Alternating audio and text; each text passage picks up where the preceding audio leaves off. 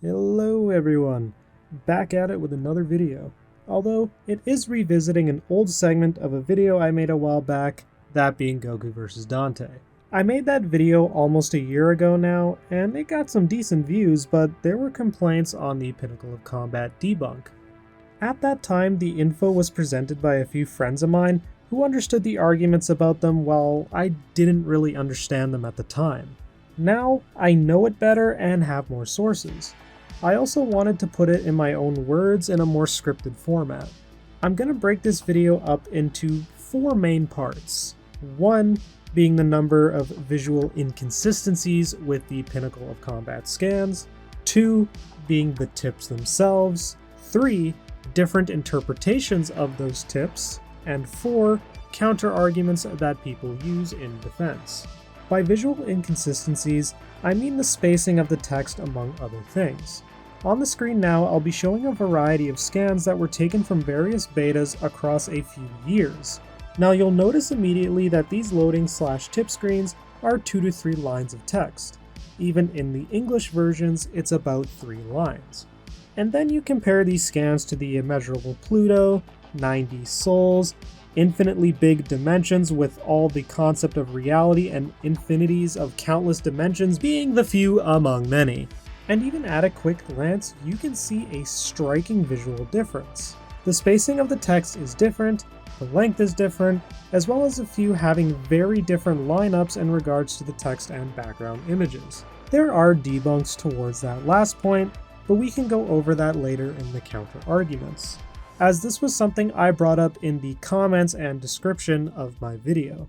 And keep in mind that these higher interpretation scans have been circulating for years. But regardless of that, you have a few red flags popping up that bring the consistency into question. And that's more or less the visual inconsistencies of the scans. But what about what it's actually saying? Now, the tip scans on screen all translate to similar things, with the actual tip screens giving you, well, tips, or general info about the area you're in. For example, one says, sometimes there are piles of debris on both sides of the street. Cleaning them up may have some unexpected gains. Or, a large number of demons suddenly appeared in the city where the streets were originally stable. They seem to be looking for something. Or even, there are only 2 free challenge opportunities per day, and the failure of the challenge will not consume the number of times, but you will not be able to get rewards. And so on and so forth. These are actual tips or basic lore.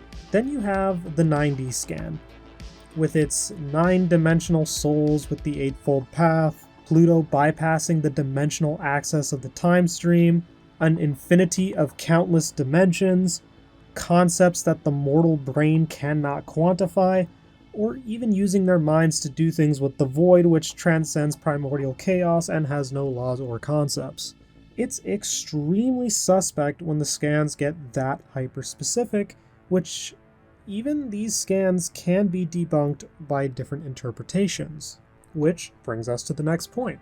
Now, the 2 main ones I'm going to touch up on are the immeasurable Pluto and 9D soul scan. The 9D soul scan can be interpreted in a different way very simply. Every translation of this scan mentions the 8-fold path.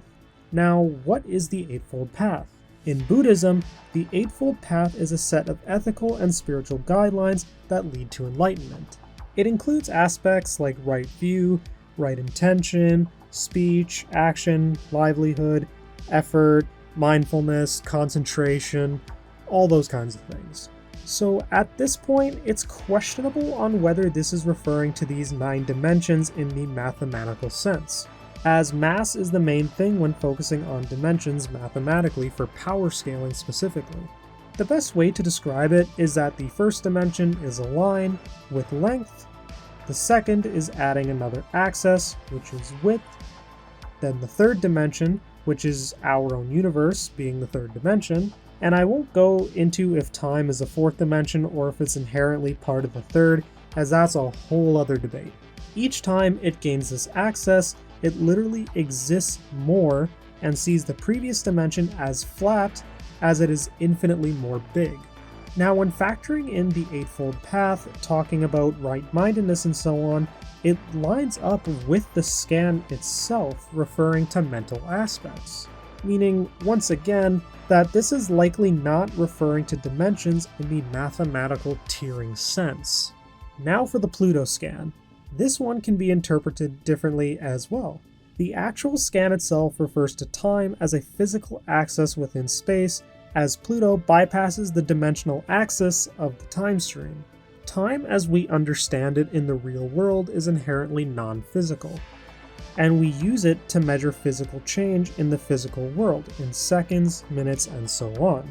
Now, time can sometimes be referred to as the fourth dimension, but is generally referred to as a temporal dimension and not a spatial dimension, or a physical direction in space. A lot will call this and the 9D scan ratty or nitpicky and refuse to accept it, as you'd be using real-life logic in a fictional setting, which this logic gets defied all the time by almost all writers. It's certainly a counter-argument which can be used in a debate. On the topic of counter-arguments, what are things people counter with? Most will counter with calling it ratty, nitpicky, or any other word with a similar meaning. And sure, you can argue a lot of this stuff in a debate sense, but when doing it in a video style format like I did with Goku vs. Dante, you have to present these things.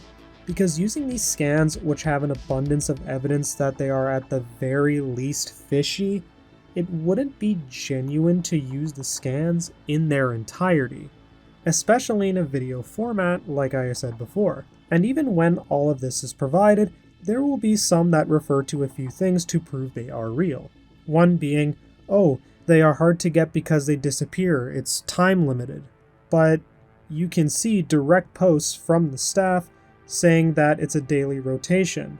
They never truly go away in terms of bosses, which would have different tip screens.